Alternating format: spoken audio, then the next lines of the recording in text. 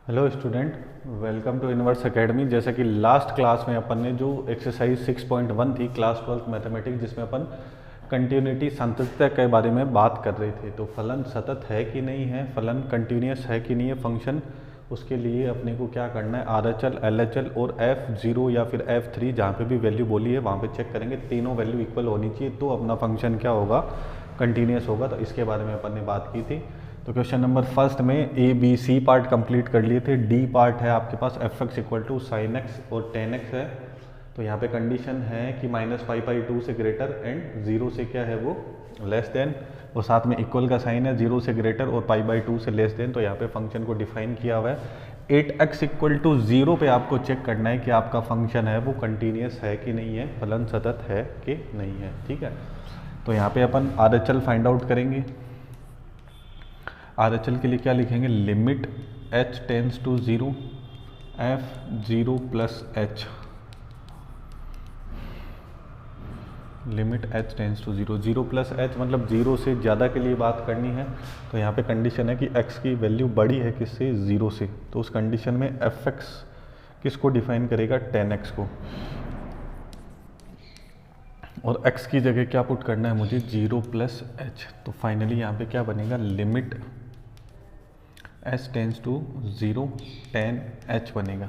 और जैसे ही अपन limit put करेंगे तो यहाँ पे क्या बनेगा, tan 0 ना। इस स्टेप से इस स्टेप पे मैंने क्या कर दिया, लिमिट पुट कर दी। तो पुट द लिमिट, जैसे ही लिमिट पुट करी तो tan 0 की वैल्यू आपके पास क्या होती है, 0 होती है। ठीक है, तो RHL को अपन देखें तो इन शॉर्ट अपने को कितना मिला है, 0 मिला है।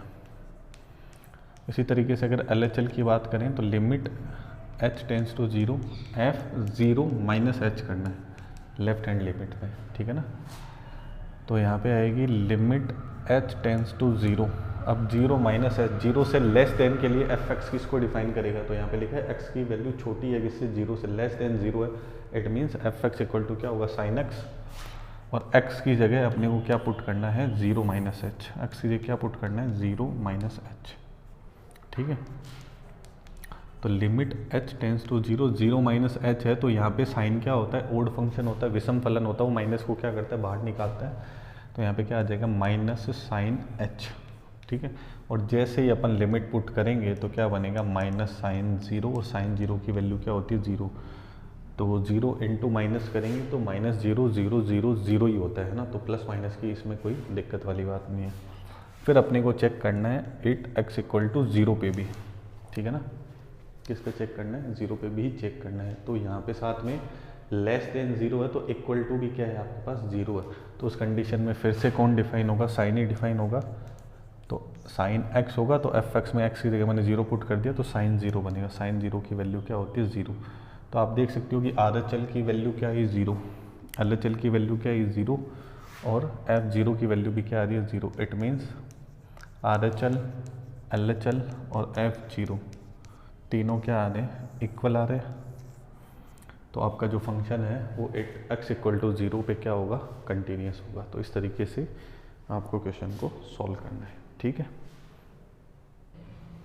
नेक्स्ट जो ई पार्ट है उसमें x इक्वल टू 0 पे आपको फंक्शन को चेक करना है कि फंक्शन कंटिन्यूस है कि नहीं है। तो यहाँ पे दो डेफिनेशन है, कोस 1/x एंड 0।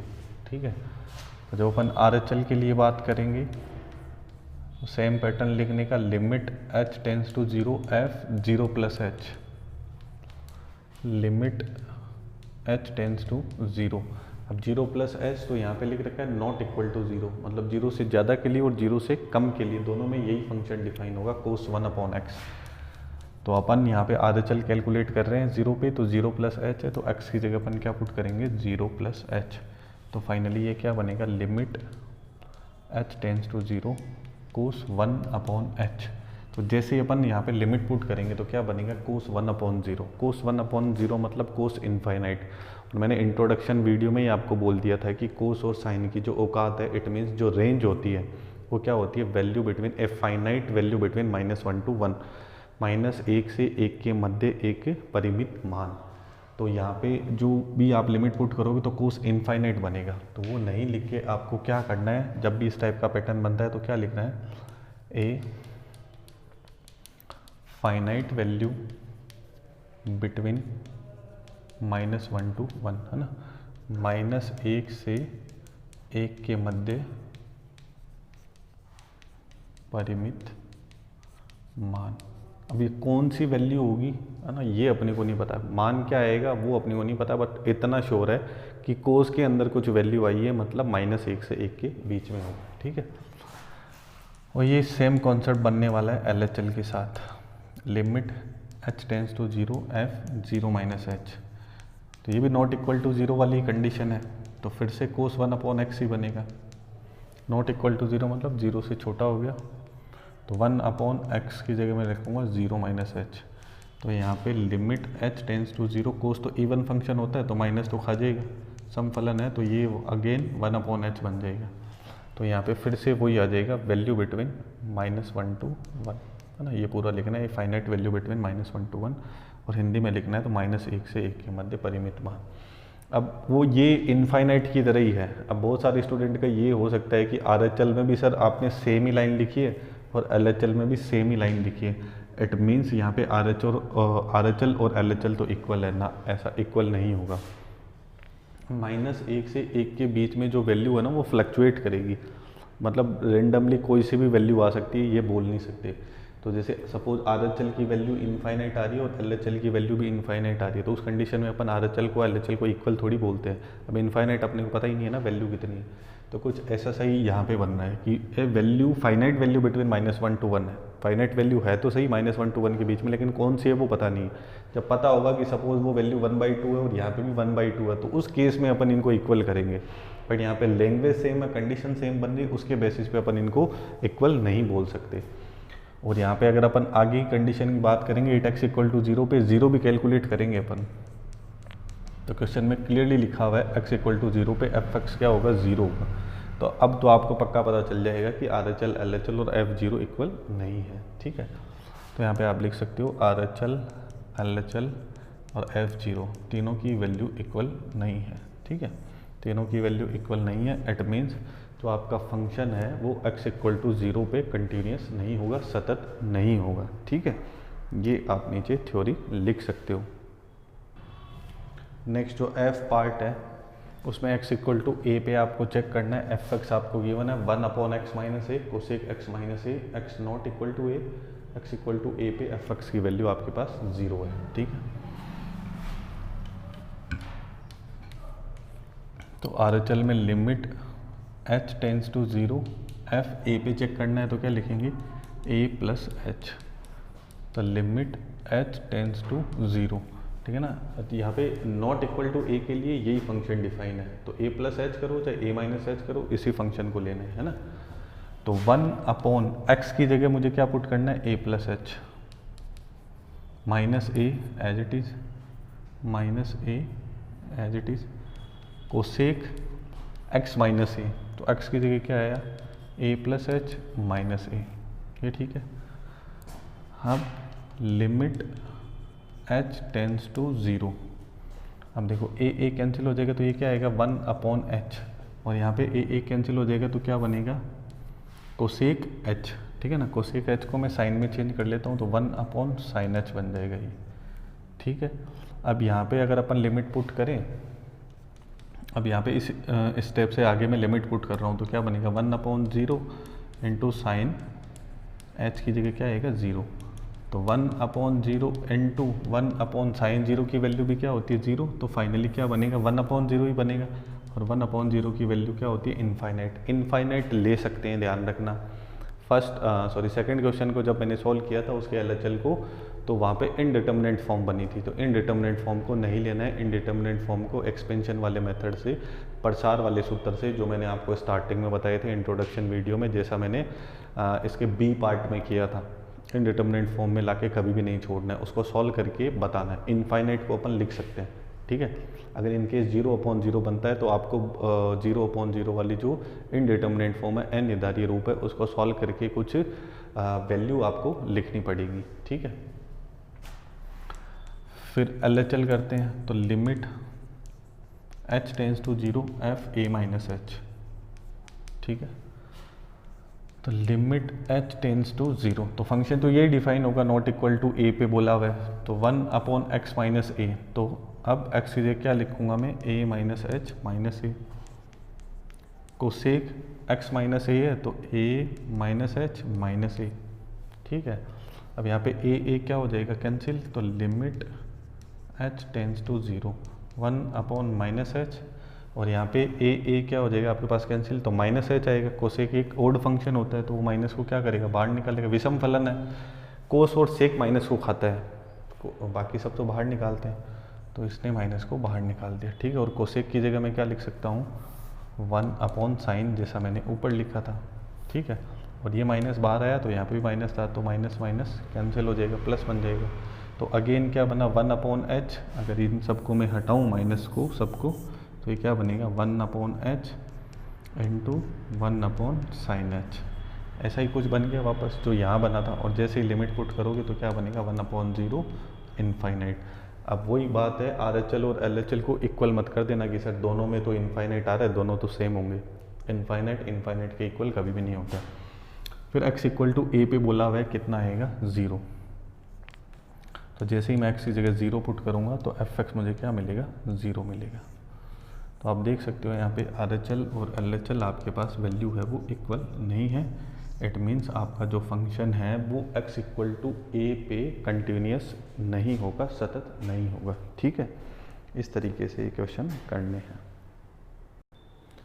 नेक्स्ट है अपने पास जो फर्स्ट क्वेश्चन का जी पार्ट है, उसमें x इक्वल टू a पे आपको फंक्शन को चेक करना है कंटिन्यूस है कि नहीं है, ठीक है।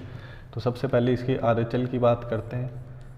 तो हर क्वेश्चन की तरह इसी में भी फॉर्मेट बनेगा, लिमिट h टेंस टू 0। अब a पे चेक करना है तो क्या लिखेंगे, f a प्लस एच, तो लिमिट h टेंस टू 0। अब यहाँ पे x, अब ये देखना है कि a प्लस एच है ना, a प्लस एच मतलब यहाँ पे ग्रेटर के लिए बात हो रही है, a से बढ़ेगी, तो x ग्रेटर देन a के लिए ये फंक्शन डिफाइन है। तो यहाँ पे a minus A cube upon x square, तो x की जगह मैं क्या पुट करने वाला हूँ, a प्लस एच का होल स्क्वायर, ठीक है। अब जैसे ही अपन यहाँ पे लिमिट पुट करेंगे, ठीक है, जैसे ही अपन यहाँ पे लिमिट पुट करेंगे तो h की लिमिट कितने पुट करेंगे 0, a minus A cube upon यहाँ पे क्या है a प्लस एच की जगह 0 पुट करेंगे तो क्या बनेगा, केवल a प्लस 0 का स्क्वायर, तो क्या आएगा a स्क्वायर, ठीक है। तो यहाँ पे आएगा finally a minus A cube upon a square है तो क्या आएगा a माइनस a आपके पास क्या हो जाएगा 0। बट अभी इस क्वेश्चन को तो मैंने डायरेक्ट सॉल्व कर दिया और कुछ गड़बड़ भी नहीं हो रही, मतलब 0 जो मिल रहा है वो एक डिटर्मिनेंट आंसर है, अच्छा आंसर है, इनडिटर्मिनेंट आंसर नहीं है। बट आपको ध्यान रखना है जब भी h डिनोमिनेटर में बनता है किसी के, है ना, हर में बनता है, तो उस कंडीशन में आपको क्या करना चाहिए, कंप्लीट इसको सॉल्व करके एकदम कंप्लीट लास्ट तक सॉल्व करना चाहिए, उसके बाद में लिमिट पुट करनी चाहिए। क्योंकि बहुत सारे क्वेश्चन में ऐसी प्रॉब्लम हो सकती है कि अगर आप डायरेक्ट लिमिट पुट कर दोगे तो वहाँ पे जो आंसर है वो अलग आ सकता है, ठीक है। तो मैं ये सजेस्ट करूँगा जब भी h आपके पास डिनोमिनेटर में बनता है तो उस कंडीशन में आप कंप्लीट उसको सॉल्व करके देखो। बट अगर इसमें मैंने डायरेक्ट पुट किया है तो यहाँ पे कोई भी जो इनडिटर्मिनेंट आंसर है वो नहीं मिल रहा है। और मैंने आपको पहले ही बता रखा है कि इनडिटर्मिनेंट आंसर जो है, मतलब 0 अपॉन 0 की जो फॉर्म है एंड निर्धारित जो रूप बनता है उसको एक्सेप्ट नहीं करना है, ठीक है। तो इसमें मैंने डायरेक्ट लिमिट पुट कर दी, कोई भी प्रॉब्लम नहीं हुई, a माइनस ए आपको क्या मिल गया 0, RHL की वैल्यू आपके पास 0 आ गई, ठीक है। अब LHL की बात करते हैं तो limit h tends to 0 f a minus H limit h tends to 0। अब a माइनस एच के लिए बात करेंगे तो जो वैल्यू है वो क्या है, a से छोटी है, तो x लेस देन a के लिए कौन सा फंक्शन डिफाइन है, ये वाला। तो यहाँ पे क्या है x square upon a minus a, तो x की जगह मैं क्या पुट करने वाला हूँ a माइनस एच, ठीक है। अब जैसे ही इसमें अपन लिमिट पुट करेंगे h की तो यहाँ क्या बनेगा a square upon a minus a, क्योंकि यहाँ पे तो 0 हो जाएगा और a का स्क्वायर आ जाएगा a स्क्वायर, ठीक है। अब इसको सॉल्व करेंगे तो a स्क्वायर अपॉन a क्या बनेगा a, और a माइनस ए आपके पास क्या हो जाएगा 0। तो LHL को सॉल्व किया तो LHL भी कितना मिला 0, RHL को सॉल्व किया तो RHL भी कितना मिला आपको 0। अब अपन बात करते हैं एग्जैक्ट a पे, x की वैल्यू अपन a पुट कर देते हैं तो a पे आपको आंसर कितना मिल रहा है 0, तो a पे आंसर मिल रहा है आपको 0। इट मीन्स RHL, LHL और FA तीनों वैल्यूज़ आपके पास क्या है, सेम है 0 0 और 0। तो RHL इक्वल है LHL के और LHL इक्वल है FA के। तीनों वैल्यू इक्वल होने का मतलब क्या है, आपका फंक्शन है वो x इक्वल टू ए पे क्या होगा, कंटिन्यूस होगा, ठीक है, सतत होगा फलन।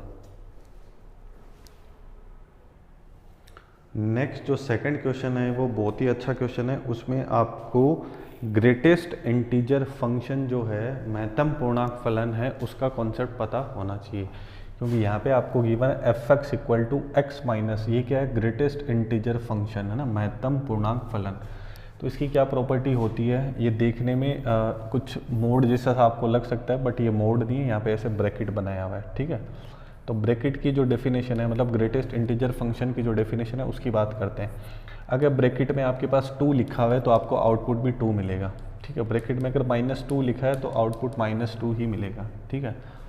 अगर ब्रैकेट में आपके पास लिखा हुआ है 2.1, है ना, 2.1, इसका नाम क्या है, ग्रेटेस्ट इंटीजर फंक्शन, है ना। इसकी वैल्यू या तो x होगी, नहीं तो x से कम होगी, x से ज़्यादा कभी भी नहीं होगी ना। अब इसको समझो, अब 2.1 है ना, तो 2.1 से पहले वाला इंटीजर, इंटीजर मतलब पूर्णांक, पूर्ण अंक, 2.1 से पहले वाला इंटीजर कौन है, 2।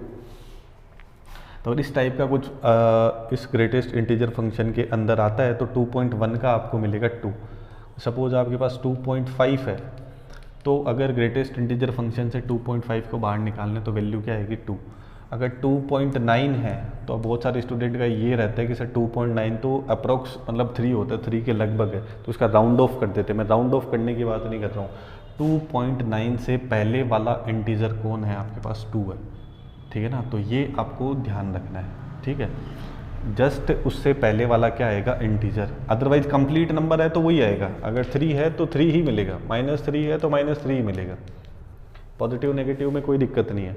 बट अगर अपने पास क्या आता है, कोई कंप्लीट नंबर नहीं आता, कोई इंटीजर नहीं आके पॉइंट में कुछ वैल्यू आती है, तो उससे जस्ट पहले वाला क्या आएगा, आपके पास इंटीजर आएगा, ठीक है। तो अब सेकंड क्वेश्चन को देखते हैं, क्योंकि जब अपन उसमें h लगाते हैं तो h बहुत अपन जब h की लिमिट तो 0 लिखते हैं, बट h क्या है, एक बहुत ही ज़्यादा छोटी वैल्यू है, ठीक है। सॉल्यूशन में देखना है, 8x इक्वल टू 3 पे चेक करना है, ठीक है। तो RHL की अगर बात करें, ठीक है, तो limit h tends to 0 f, अब 3 पे चेक करना है तो क्या लिखना है, 3 + h, ठीक है। तो लिमिट, फंक्शन तो एक ही है, मतलब एक ही डेफिनेशन है, तो ये डिफाइन होगा। x की जगह अपन क्या पुट करेंगे, 3 + h, तो 3 + h माइनस ये जो ग्रेटेस्ट इंटीजर फंक्शन है इसमें जो x है, तो यहाँ पे भी क्या लिखेंगे अपन, 3 + h, ठीक है।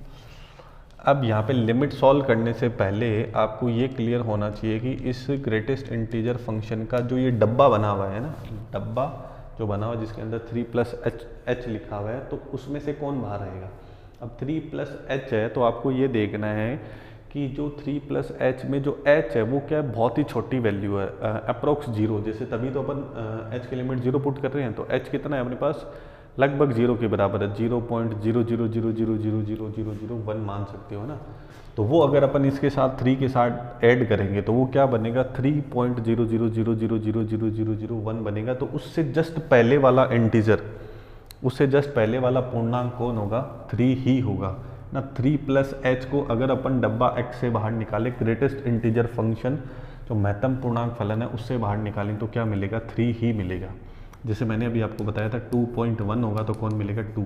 अगर यहाँ पे अगर 3.00001 बन रहा है तो उससे पहले वाला इंटीजर कौन होगा, 3, तो वही आएगा बाहर, ठीक है। तो अब यहाँ पे आपको लिमिट पुट करनी है, ठीक है। तो ये 3 कैंसिल हो जाएगा, तो लिमिट h टेंस टू 0, और यहाँ पे केवल क्या रहेगा, h। तो लिमिट जैसी पुट कर दोगे तो क्या मिल जाएगा आपको, 0 मिल जाएगा, ठीक है। अब थोड़ा सा और कॉन्सेप्ट आपको अच्छे से समझ में आएगा जब अपन LHL सॉल्व करेंगे। तो limit h tends to 0 f 3 - h, function की डेफिनेशन वही है, तो लिमिट h टेंस टू 0।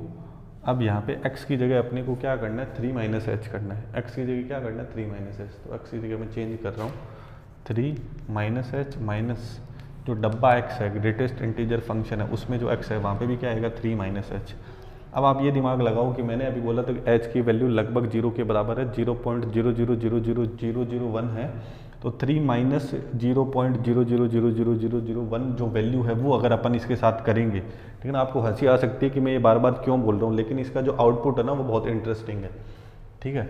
अगर 3 माइनस एच कर रहे हैं, अब बहुत सारे स्टूडेंट क्या गलती करते हैं, डायरेक्ट एच की लिमिट पुट कर देते हैं, ठीक है, कि सर अभी भी तो 0 ही आ रहा है आंसर, लेकिन वो मैटर नहीं करता है। आंसर सही आने से और कैसे आंसर आया उन दोनों बातों में फ़र्क है, ठीक है ना।